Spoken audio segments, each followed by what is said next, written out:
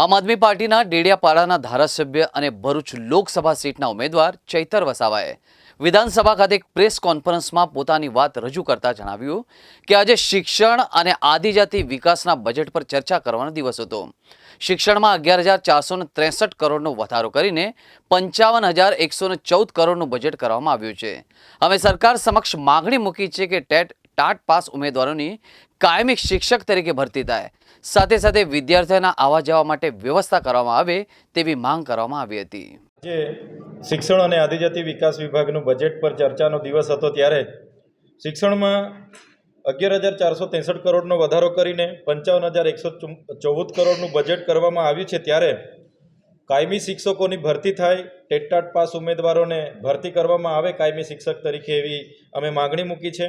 સાથે સાથે બાળકોના આવવા જવા માટેની મુસાફરીની વ્યવસ્થા થાય એની પણ માંગ કરી છે। જે પણ પ્રવાસી શિક્ષકો હતા એમનો પગાર પણ બાકી છે, એની પણ અમે વહેલા તકે નિરાકરણ લાવવામાં આવે એની વાત મૂકી છે।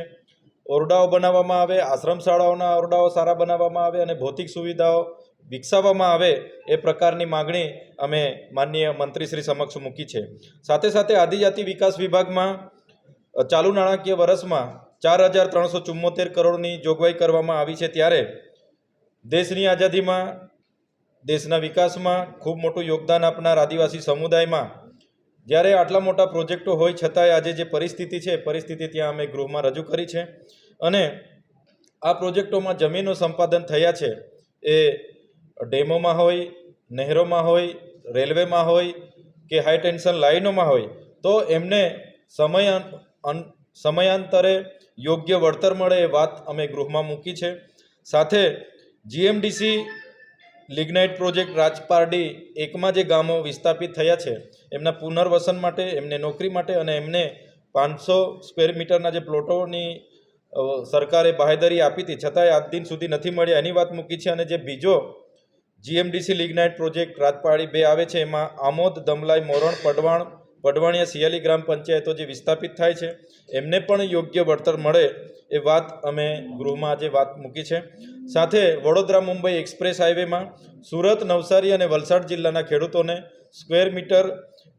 પર સ્ક્વેર મીટરે 900 રૂપિયાનું ચૂકવણું કરવામાં આવ્યું છે। જ્યારે ભરૂચના ખેડૂતોને સાથે અન્યાય થઈ રહેલો છે। 32 પૈકી 30 ગામોને પણ અન્યાય કરવામાં આવ્યો છે અને જૂના દીવા અને પૂના ગામના ખેડૂતોને પણ આજ દિન સુધી વળતર નથી મળ્યું તેની પણ વાત મૂકવામાં આવી છે। સાથે વનબંધુ કલ્યાણ યોજનામાં આદિજાતિ વિભાગ દ્વારા 1 લાખ કરોડની વપરાશ કરવાની જોગવાઈ કરવામાં આવી છે। ગત વર્ષે 23-24 માટે 18,755 કરોડની જોગવાઈ કરી છે। ત્યારે આ ગ્રાન્ટ ગુજરાત પેટર્ન હોય, મુખ્યમંત્રી ઉત્કર્ષ યોજના હોય, પ્રધાન આદિ આદર્શ ગ્રામની યોજના હોય, આદિમ જૂથ હોય, હળપતિ સર્વાંગી વિકાસ જેવી તમામ યોજનાઓમાં ગ્રાન્ટ સાથે અહીંથી એનજીઓ, કોન્ટ્રાક્ટરો ત્યાં આવીને અધિકારીઓ સાથે મળીને ખૂબ મોટા પ્રમાણમાં ભ્રષ્ટાચાર કરે છે, નકલી કચેરીઓ ખોલવામાં આવે છે અને ગ્રાન્ટને સાગે વાગે કરવામાં આવે છે। જે બાબતે પણ યોગ્ય કાર્યવાહી કરવા બાબતે સરકારશ્રીનું ગૃહમાં ધ્યાન દોર્યું છે। સાથે આદિવાસી વિકાસ વિભાગ દ્વારા જેટલી પણ જગ્યાઓ ખાલી છે તે તાત્કાલિક ધોરણે ભરવામાં આવે, શિષ્યવૃત્તિ સમયે મળે, ફ્રીશીપ કાર્ડની જે મર્યાદાઓ છે જે દૂર કરવામાં આવે એ વાત પણ અમે મૂકી છે।